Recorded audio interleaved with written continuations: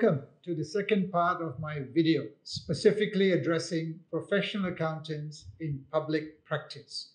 In the first part, I spoke on MIA's current and prior initiatives to support this important group of the accountancy profession regulated by the MIA.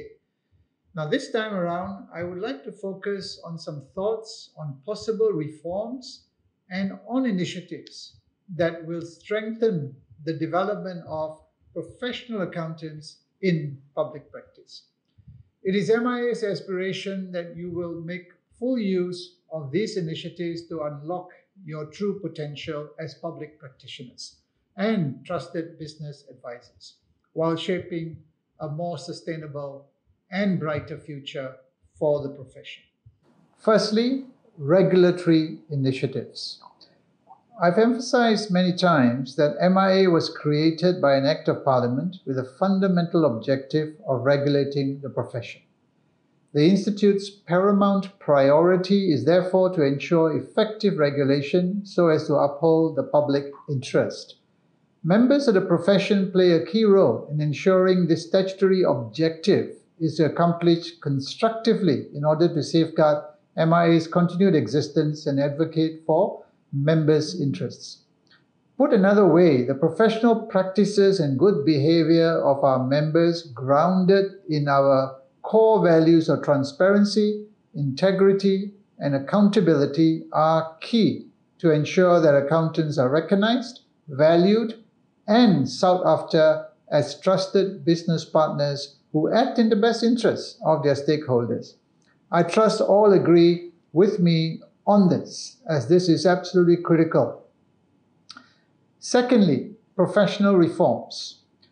These are vital to ensure that the regulatory and practicing environment evolves sustainably and remains relevant and appropriate for Malaysia. To enable reforms, MIA is gathering relevant data on the following projects.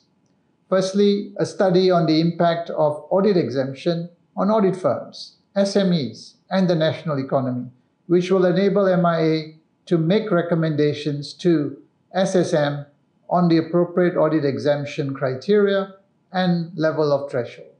And secondly, a study on quality control over financial reporting of reporting entities to understand any gaps that exist in the preparation and audit of financial statements in Malaysia, with the aim of improving financial reporting in the country.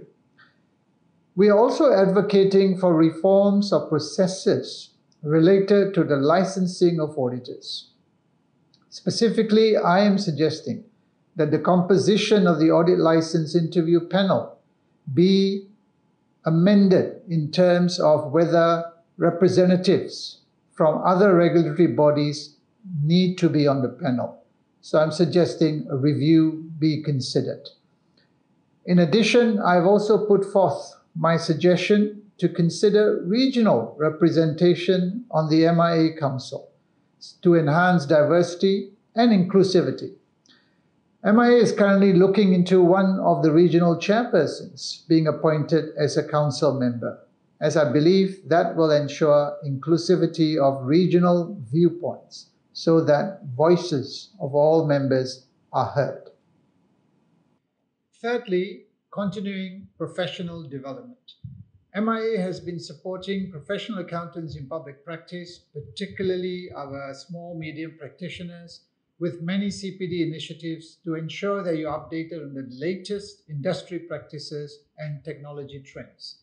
Attesting to the high priority that is placed on CPD, from January 2021, the Institute's Oversight Committee, which was formerly known as the EXCO, will now be overseeing the CPD activities of the Institute to ensure that members are adequately supported. More importantly, the involvement of the Oversight Committee enables MIA to actively and more precisely identify the CPD topics needed to future-proof your career and practice, and to support your clients effectively as a trusted business partner. Fourthly, critical support initiatives to mitigate the impact of COVID-19. Now, like other sectors, professional accountants in public practice were affected by the impact of the COVID-19 crisis. MIA has acted swiftly to provide support within the limitations of the Accountants Act 1967. Our COVID-19 initiatives include engaging extensively with the government and our co-regulators to get extensions on deadlines and moratoriums. The Pembangunan Leasing Corporation Professional Liquidity Scheme for MIA practicing certificate holders is specifically designed to support solvency and business continuity. We also kept members updated through circulars and dedicated COVID-19 resources, as well as the virtual town halls held nationwide and in regional offices, where MIA Council members and senior management engaged with practitioners on their COVID-19 concerns.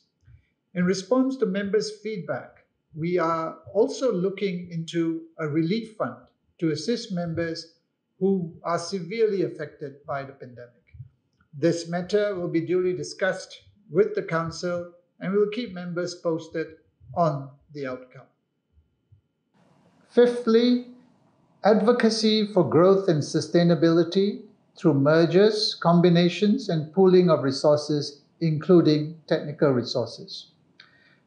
MIA strongly advocates mergers and affiliations to help our smaller firms scale up for survival. To help, MIA created an online register known as the Member Firms Mergers and Affiliations listing some years ago to encourage M&As among firms. Now, this platform enables member firms who would like to seek local mergers or affiliations to view firms listed in the e-portal and to be listed in the e-portal.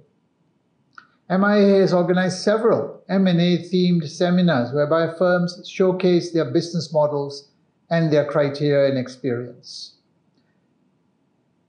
Internationalization of markets is also vital for this segment to grow. To encourage internationalization, trade missions to ASEAN countries such as Cambodia and Vietnam have been organized in collaboration with Martrade. Accounting firms have benefited from Martrade's Market Development Grant for their participation in trade missions. In this context, I thought I will also mention, when you talk about earlier mergers and acquisitions, my own practice started off as a small practice, and we developed it to become what I consider sizable enough. And my firm was recently acquired by a larger organization. And so we found that the merger and acquisition exercise was very fruitful. And I'm hopeful that many of us will also take this journey to see how that can also work for all of us. Sixthly, digital initiatives. Earlier, MIA launched the electronic bank confirmation platform to facilitate bank confirmation processes.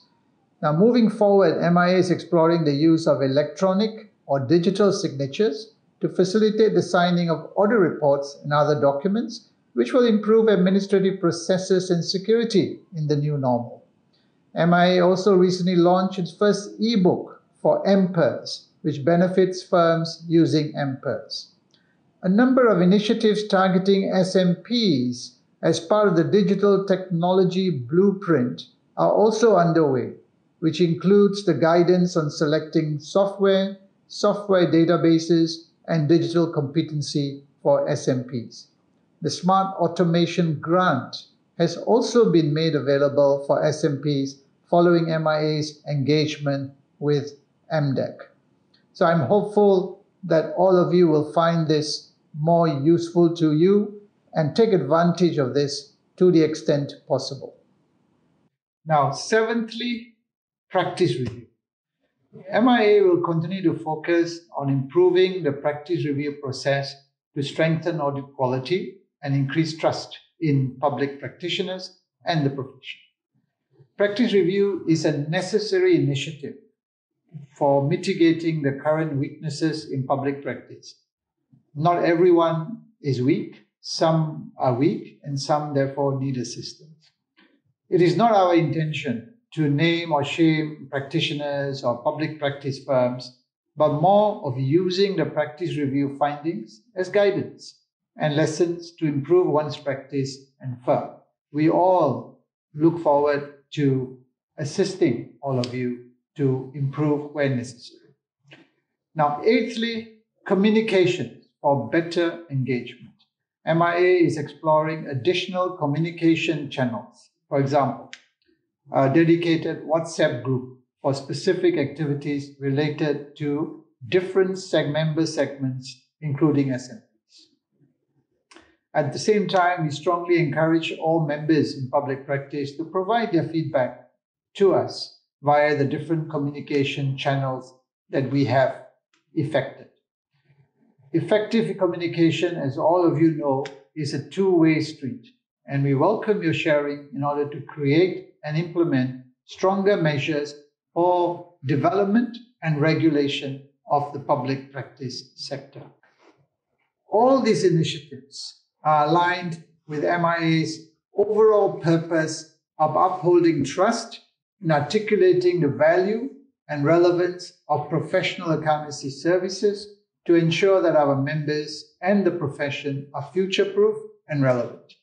We hope that our members who are professional accountants in public practice will work with us to rise up the value chain, developing the values, skill sets, quality, and trust needed to support business and economic development for nation building. So as always, thank you, and I am always open to suggestions and ideas from my fellow members. Thank you.